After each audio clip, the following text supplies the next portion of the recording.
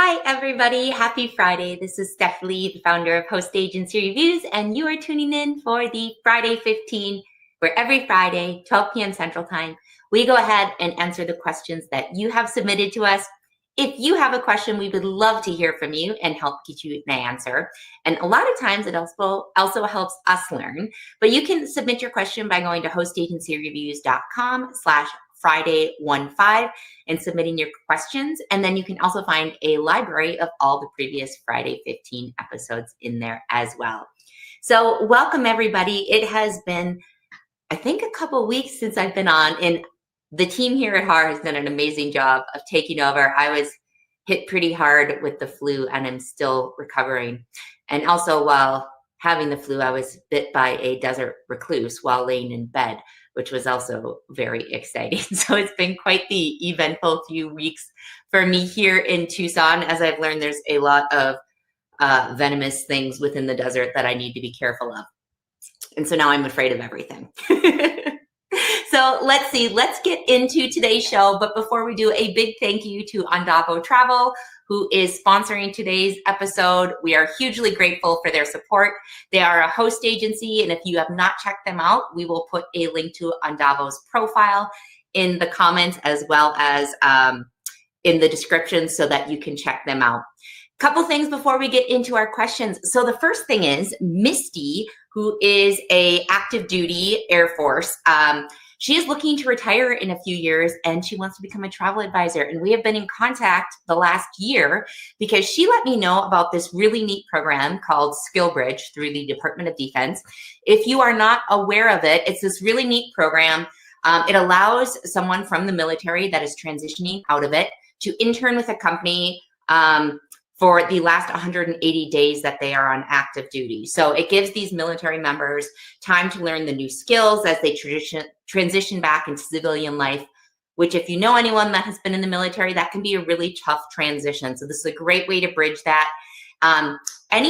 Any company, including travel agencies like yourself, can become a SkillBridge partner. So if you are looking for someone to come on your team and you think someone from the military that is used to be able to following things and going through kind of processes, all you have to do is apply to become a SkillBridge partner, and that closes April 1st. So you have about a month to do it. There's no cost to you whatsoever. And here's the part that's really going to be attractive to you. You get free labor for the duration of the military member's internship. So for that 180 days to see if it works out. The only thing that you have to do on your end is do a simple training plan so that the active duty member will use that to learn the new skills, in this case, becoming a travel planner or maybe helping you with your itineraries. It's a great program, though. We are going to link to it in the comments for those that are interested. And I really hope a lot of you take this seriously, because Misty wrote in. She wrote in last year, and we were talking again, and there are no travel agencies in there. And it is a perfect, in my opinion, a perfect opportunity for travel agencies out there, because these military members have traveled all over the world. Most of them have a love of travel already instilled for them. So check it out. Another thing to mention is we have an upcoming webinar coming up on March 5th. It is called Meet Maggie, the all-in-one AI assistant revolutionizing travel agencies. If you're interested in learning more, follow the link in the description. So let's get into our first question from Anonymous. It's either the venom or it's the flu. I'm not sure, but my brain is half dead. So at what point should you make an LLC for your company so as to protect your assets, even if your income is not large enough yet? And that is a question we get all of the time. I'm going to give a couple of resources to start. One is our article on travel agency business structures that walks you through the different options that are out there and kind of the pros and cons of each. We're also going to link to our article that lists out travel industry specific attorneys and lawyers. Although in this situation for an LLC, you could also probably talk to your main lawyer if that's who you're working with already. And then the other thing that's helpful as we're talking about at what point do you move to an LLC, something that was really helpful to that is to know the cash flow that you're going to be expecting, or the revenue and income that you're going to be expecting through the years as a travel advisor, because there really is, we've been doing research reports on this for the last almost I think, nine years. And it's very solid that the first couple of years for most people as they're part-time, the income is pretty low. And then years 3 through 6 is where it really starts, the curve really starts moving up at a sharp angle. And so we're going to link to our research reports on that. And so for anonymous, what I would say, this isn't a cop-out answer, but the best place you can go for this is to talk with your accountant, if you have one, or your tax preparer, or your attorney if they're familiar with it. Now, I also know that a lot of people don't have, especially if you haven't started a business, most people do not have an attorney on their speed dial or an accountant. Now, if that's the case, some general advice I would give you is that the LLC is something that protects your personal assets. So the other option that most people, if they're going to do an LLC, or the other option is most people are going to do a sole proprietor. And with the sole proprietorship, they're really great because it gets you started really quickly. It's inexpensive. There's not any paperwork you need to do, things like that. So it's very attractive in that sense. The downside to the sole proprietorship is that your personal assets aren't going to be protected by, they call it, I think, the corporate veil. So that means that if somebody is upset with you and ends up suing your company, they're also suing you because your company is seen as you, which means that if you have a house, if you have a car, if you have anything that's of value, and they get a judgment against you, they can take those things. And this is not to scare you. This is just to let you know what it is. The chances of this, of course, are very unlikely. So some people, what they do is they start out as a sole proprietor. And then when they feel like they're making more bookings and really getting on, then they're going to switch to an LLC. Now, in LLC, if you're asking why don't people just do that in the beginning, one of the things is it's more expensive than a sole proprietor. And it's really going to vary by which state you're in on how expensive it is. So here in, well, I'm not in Minnesota, I think it was a couple $100 to get set up with an LLC. But if you look at, say, California, I think it's $800 that you need to pay, and it's every year you need to pay it, I think. So the states are all going to be really different. So look at your state. You can find that information with your Secretary of State about registering businesses and LLC and what the costs are to you. So that's something you can weigh out to see the cost-benefit ratio for you. But the one thing it does do, again, is if you're keeping your book separate, which means that you are not putting personal expenses through your business or business expenses through your personal account, that means that your personal assets are going to be protected. So hopefully, Anonymous, that gives you some overview on it. I know it's not a direct answer, but really because your accountant and your attorney are going to be more familiar with what your assets are, what cash flows are, any unique things about your situation, they're really going to be the best one to give you that advice. Next question is from Diana B. And Diana says, how does a newbie travel advisor become a subagent, and where can a newbie find a mentor?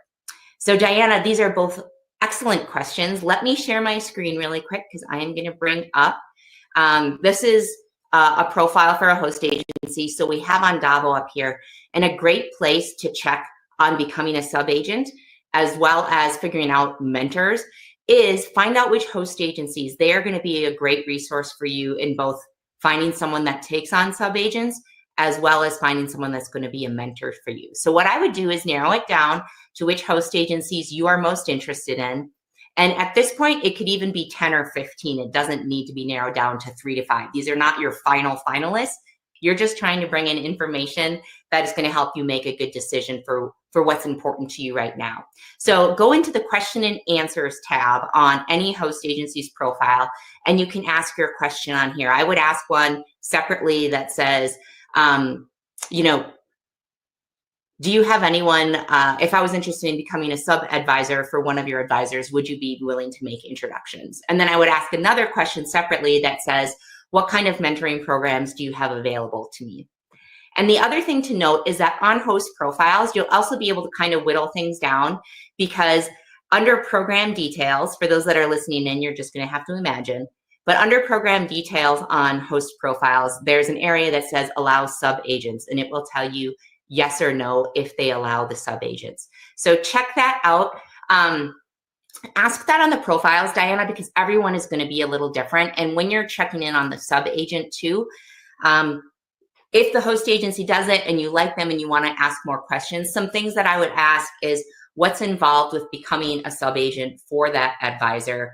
And does that mean, because I've heard for some host agencies that if you're a sub-agent for one of their advisors, that you actually are booking underneath the other travel advisor's name. So you may not have your own identity.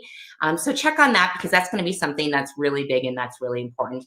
I also know that there are host agencies out there where if one of their members brings on sub-agents, that they have their own identity and they're able to sell as Steph's Travel. And in terms of finding a mentor, the host is, like I said, a great resource for that. Another great place is Facebook groups. There are a zillion different travel advisor Facebook groups out there.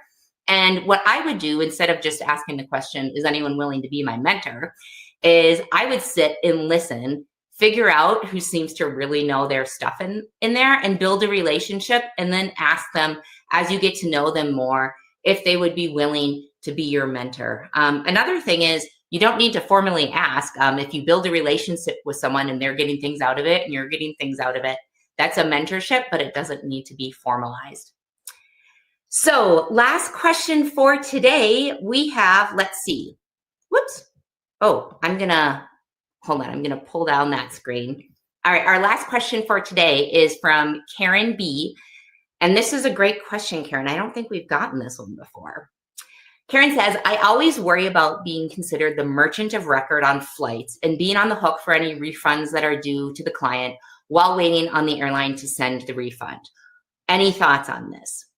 Okay, so I actually reached out to ASTA, which is the American Society of Travel Advisors, about this question, Karen, just to make sure I was getting it right, because there are a lot of technical illegalities in there.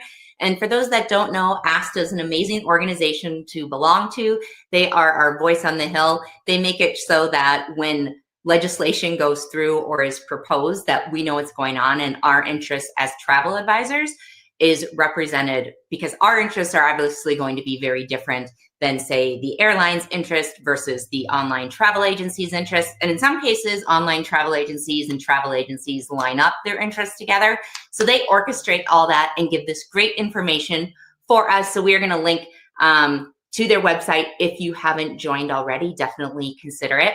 So a few things to note. So one, let me read what ASTA sent over. So they said, in a nutshell, regarding your merchant of record question, in well over 95% of air tickets issued by travel advisors, the merchant of record is the ticketing airline, not the travel advisor or the agency issuing the ticket. So to be the merchant of record in such cases, the travel advisor would need to use their own company credit card, which ARC, which is ARC, the Airline Reporting Corporation, they do not allow you to use your own company credit card. It must be the travel advisor or the traveler's credit card when you're issuing air tickets. So that's something to consider. So for a lot of people that are newer, they might be thinking that when you're booking with an airline through a tour operator, maybe if you're booking through a consolidator or if you're booking in the GDS, that you are going to be the merchant of record. But that is not actually the case when you book through the GDS, which is the Global Distribution System. And we'll link to that. It's not something most travel advisors need to know about it, but it is a terminology you should be familiar with. So we'll link to that. But when you book with the GDS, you are not the merchant of record because you are going to be using the company, like the traveler's credit card, and not your own. The other thing that ASTA says is the prime exception to this applies when a travel advisor agency books a group by negotiating directly with an airline for group tickets or seats. They pay the airline direct with their own agency credit card for that block space. And in that case, the agency or the advisor is responsible for the refund within 7 days. So keep in mind that the airline remains responsible for providing the refund in such cases to the agency and advisor as well, meaning that they'll need to get it to you in 7 days if they want to be following the rules and regulations. The key in that case is going to be how quickly they refund you so that you can refund your clients back and not have to have money out of your own pocket. The other thing, this is not something anyone should be doing, But the other situation where this might occur is if for some reason you're taking Venmo or something else and then putting it on your company card, which is not something you should be doing, because that does make you merchant of record and that does hold you responsible and it does break some rules. So that should answer the question. There's a lot of legalities in there and a lot of acronyms, but hopefully, Karen, that can help you rest at ease that this doesn't apply in most cases because the airlines are going to be the merchant of record. So let's see. As we are wrapping up today, thank you again for joining me, everyone. It's wonderful to somewhat be back. But a big thank you again to Ondavel Travel for sponsoring today's Friday 15. We really appreciate it. For those of you that are diehards of the Friday 15, first of all, thank you. But secondly, coming up, we have Uniglobe Travel Center on March 7th, which is next week. Following that, we have Dugan's Travels is going to be on. And then March 28th, we will have Travel Industry Solutions. And then in between there, because I just realized I missed one, we have someone, and I can't remember who it is, so you will have to tune in next week to find that out. But as we close out today, if you find that you like the Friday 15 and you're really enjoying it and learning a lot, we would love it if you would help us out by helping others find it through either giving it a like if you're watching on YouTube or subscribing on your favorite podcast platform. And of course, you can also leave a review or you can rate it on the podcast platforms as well, and that helps others find us. So that is all for now. I am signing off from Tucson and we'll be back hopefully next week, everyone. So have a wonderful, wonderful weekend and we will chat with you soon.